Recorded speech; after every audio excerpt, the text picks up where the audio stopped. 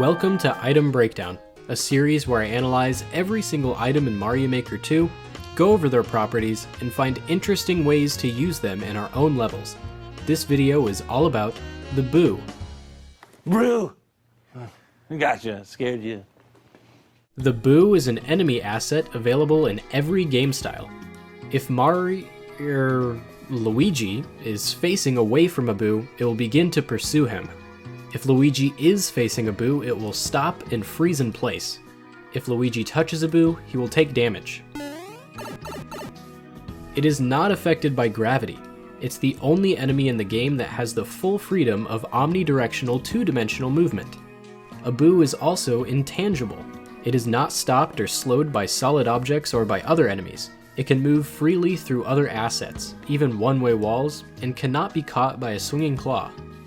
The only ways to defeat a Boo is by hitting it with the top of a spiny shellmet, jumping on it while wearing a dry bones shell, Goomba shoe, or stiletto, the wind projectile from a Goomba shoe or stiletto's ground pound, and touching it while under the influence of the Superstar power-up. In the Super Mario 3D World game style, a Boo is also defeated when in range of a red POW block explosion. A Boo has 3 variants and 3 modifications. A ring of Boo buddies consists of 8 Boos which orbit around a fixed point in a circle about 5.5 tiles in diameter. The Boo buddies leave a gap in the ring about 4 tiles wide. In the Super Mario 3D World game style, Boo buddies are replaced with a Peepa, which moves in a clockwise circular orbit about 1.5 tiles in diameter. A stretch is a Boo placed immediately on top of or beneath a solid block, such as ground, pipes, or spike traps, among others.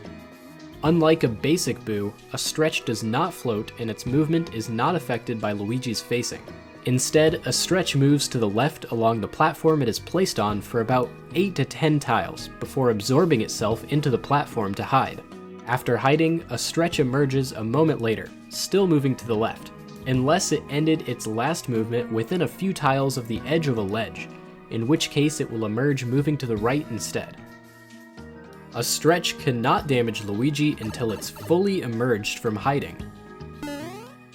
A stretch can be defeated by any attack which defeats a Boo, as well as by destroying or hitting the block it is hiding inside or attached to. It will also be defeated if a solid object is placed on top of the block it is in the process of emerging from. If a solid object is above the block it is hiding inside before emerging, it will wait to emerge until that solid object is no longer in the way.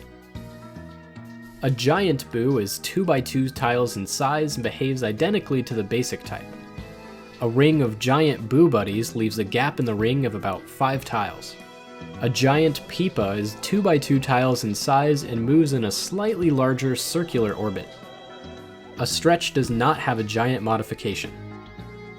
A winged Boo behaves similarly to the basic type, but hesitates for a moment before starting its pursuit, and moves much more quickly. A ring of winged Boo buddies moves at the same speed, but contracts and expands the diameter of its circular orbit as it moves.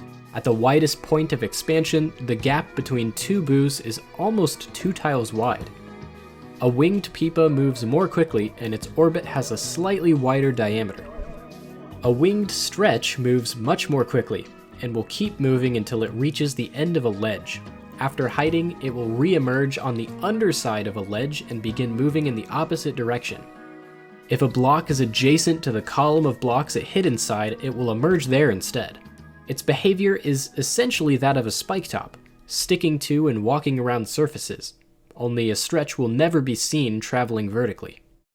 A parachuting Boo descends slowly toward the bottom of the screen and resumes its basic behavior when it lands. A parachuting Boo will collide with solid objects as it descends. This is the only instance in which a Boo interacts with solid objects. A Boo with a parachute on it will not become a stretch. This is actually the only way to place a Boo 1 tile above solid terrain without it transforming into a stretch. A parachuting ring of Boo buddies will appear to be just a regular Boo as it descends, but expands into its normal ring shape when it lands. A parachuting Peepa will simply resume its basic behavior when it lands. A Boo's behavior does not change when stacked. A boo at the bottom of an enemy stack will still move through solid objects, potentially causing the stack to break as it moves. A boo placed in a pipe will emerge from the pipe shortly after the pipe is on screen, whether or not Luigi is facing it. A pipe that spawns a boo will not produce another unless the first one is defeated. The same is true for a ring of boo buddies that spawns from a pipe. All 8 boos must be defeated before the pipe will spawn another one. Boos and their variants do not interact with clear pipes. A boo in a Bulletville Blaster is launched 4.5 tiles forward, or about 8.5 tiles forward if from a red Bulletville Blaster. Just like spawning from pipes, a Bulletville Blaster will not launch another boo until the first one is defeated. A boo in a Koopa clown car will pilot the vehicle towards Luigi as long as Luigi is not facing it. A ring of boo buddies in a Koopa clown car behaves normally and will pilot the vehicle whether Luigi is facing it or not. The number of boos left in the ring has no effect on their piloting abilities. As long as one boo is still left, it will continue its pursuit. Oddly enough, with no boo physically occupying the vehicle, Luigi is free to jump into the Koopa clown car, and when doing so, the ring of boo buddies will disperse and vanish, giving Luigi control of the vehicle. A boo in a Lakitus cloud will pilot the cloud toward Luigi on a horizontal plane, whether or not Luigi is facing it. A ring of boo buddies in a Lakitus cloud behaves identically to the basic type, but has the same properties as one in a Koopa clown car. It will continue piloting it as long as one boo is left, and will fly away when Luigi jumps into the cloud. Boos of all varieties and modifications move more slowly in liquids. They also move slower in the airship and sky night themes. A boo's movement patterns are reversed in ground night themes. It moves only if Luigi is facing it. A ring of boo buddies combines its basic behavior with that of a basic boo in ground night themes. Its point of orbit will move toward Luigi if he is not facing the ring, and if he does face it, the entire orbit will come to a halt. A boo and its variants placed on a track will move at a medium speed, and a winged boo will move at a very fast speed. A boo and its variants all have clear conditions, involving defeating a certain amount of them in order to unlock the goal. So, now that we know how it works, how do we work with it? Boos made their debut in Super Mario Bros. 3. Which, in the manual, their name was actually Boo Diddley, a reference to the famous guitarist from the 50s named Bo Diddley. Somewhere along the line, their official name was shortened to just Boo. It goes without saying, the Boo is one of the most unique enemies in the Mario franchise. Its floating behavior and intangible properties make for some pretty interesting use cases. No matter what kind of level you're making, this ghastly creature is sure to find a home. Let's start things off with a traditional level. Most of these examples will take place in the Ghost House theme, as why wouldn't they? But there's no need to restrict yourself. They can fit in many different settings. Here Luigi must navigate through an abandoned mine shaft, solving puzzles while avoiding the remains of those that used to work the mines. The boos here always keep him on his toes, pushing him to venture further into the mine. Eventually, he comes across a stairway to the main control room. However, the walls are haunted by the spirits of the past. Luigi must keep kiting left and right while making his way down this tricky staircase. Lying at the heart of the whole operation is none other than King Boo himself. Well, not really. King Boo is an entirely separate enemy not found in Mario Maker. This is just a big boo in a cloud. Either way, it's an especially devious boo which Luigi must dodge as the walls around him close in.